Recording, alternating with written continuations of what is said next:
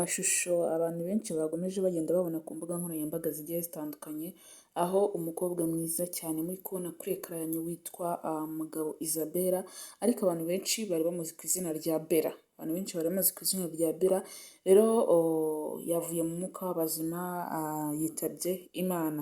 Ubundi amazina we yiswe n'ababyeyi yiswe Mugabo Isabella, yavutse itariki enye z'ukwezi kwa karindwi umwaka w'1997, atabaruka ku itariki 12 z'ukwezi kwa mbere uyu mwaka w'2026, umwaka umuntu atazibagirwa, itariki umuntu atazapfa kwibagirwa uko byaba bimeze kose. Birababaje, biteye agahinda, ubwo murumva yuko yatabarutse ku munsi w'ejo kuko ngo yararyamye abyuka basanga yapfuye. Uyu munsi dushobora kuba turi ku itariki 16 kuko kuwa gatandatu hari itariki 11 n'ebyiri, hari kuwa mbere niho yatabarutse, niho yavuye mu mwuka w'abazima. Yakundaga gukoresha urubuga rwa TikTok cyane kuko abantu benshi bamuziho, baramuzi cyane.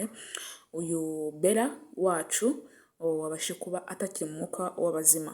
Komenti nyinshi nagiye mbona zari komenti zihanganisha umuryango we kuko yari umubyeyi w'abana babiri, ufite abana babiri. Komenti rero nagiye mbona igihe cyose zari komenti zivuga ku bana be, zivuga n'ukuntu urupfu rwe ari amayobera. Ariko ikintu dukwiye kumenya ni uko dukwiye kumenya yuko turi mu isi y'icumbi. Anytime, igihe cyose umuntu ashobora kuva mu mubiri, ariko ikintu cya mbere ukagenda wiyejeje. Bella yari umuntu w'abantu, yari umukobwa w'abantu, yari umumama w'abantu, wa wundi witanga agafasha abantu. Abantu bamuzi komante nagiye mbona kuko urubuga rwa TikTok cyane nibwo yakunda gukoresha, abantu benshi cyane niho bamuzi. Abantu nagiye mu komantere nyinshi cyane zivuga ukuntu Bella yari umwana mwiza, ababisha bamuhitanye. Sinzi abantu mafoto mwagiye muyabona ku mbuga nkoranyambaga zose rwose, ku rubuga rwa TikTok cyane abantu bakoresha TikTok, ntabwo wascrollinga ngo urenge kuri video imwe ntugere kuri video y'uyu mama witwa Bella. Rero urupfu ntabwo ruteguza, urupfu ni rwo kintu kidutwara abacu twumva turananiwe, urupfu ni rwo rudutwara abo twakundaga twumva turananiwe.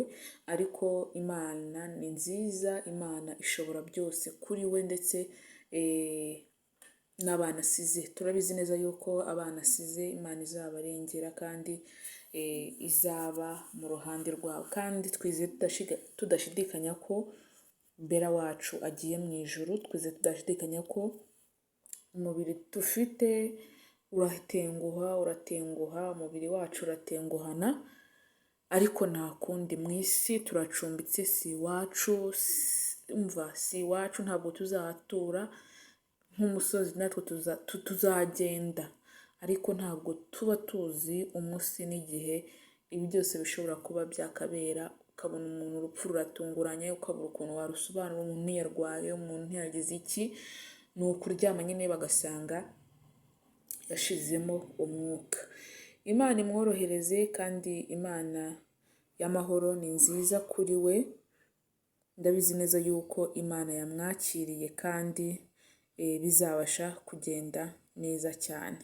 Ngayo nguko nkomeje umuryango we, inshuti muri rusange, abavandimwe be, nihanganishije Imana we, umuryango asigiye ibi bibondo, umuryango asigiye aba bana, umuryango asize, mwihangane kandi mukomere. Uyu mwaka hari igihe tuba turenze umwaka w'igiharwa, tugiye mu mwaka utari w'igiharwa, ariko nawe ukawusobanukirwa ukawubura, ukavuga nti se ibi byose kubera iki biri kuba, ukawusobanukirwa ukawubura pe, bikakubera ihurizo, nawe ukibaza ikintu kibaye ukakibura. Ariko nagira ngo mbabwire ko uw'Imana yakunze ntabwo isaha yarenga cyangwa n'umunota, biragera tukaba twakumva inkuru nk'iyi ngiyi ibabaje, inkuru nk'iyi ngiyi mbi cyane, ukumva kubisobanura birakurenze, ukumva kugira icyo ubivugaho birakuyobeye, ariko nta kundi mu isi si iwacu. Ngahe nguko rero mbifurije n'umugoroba mwiza abantu bose munkurikira, ahantu hose muri mu mpande zose, mu Rwanda impande zose, uturere twose, intara zose, imirenge yose, utugari twose, imidugudu yose, amasibo yose. Ndabifuriza kugira ngo umugisha w'Imana ubagereho kandi mujye muhaha muronke ibyo muba muri gukora byose. Imana ijye ibaheza kwifuza kandi bahaze uburame, kandi mubashe gukora mwunguke, mutunge imiryango yanyu, mubashe gukora ibintu bigende neza cyane. Ndabakunda, mbifuriza ibyiza byose umwami Kristo atanga bijye bibageraho, kandi mubasha kubibona natwe mujye muduha. Bye.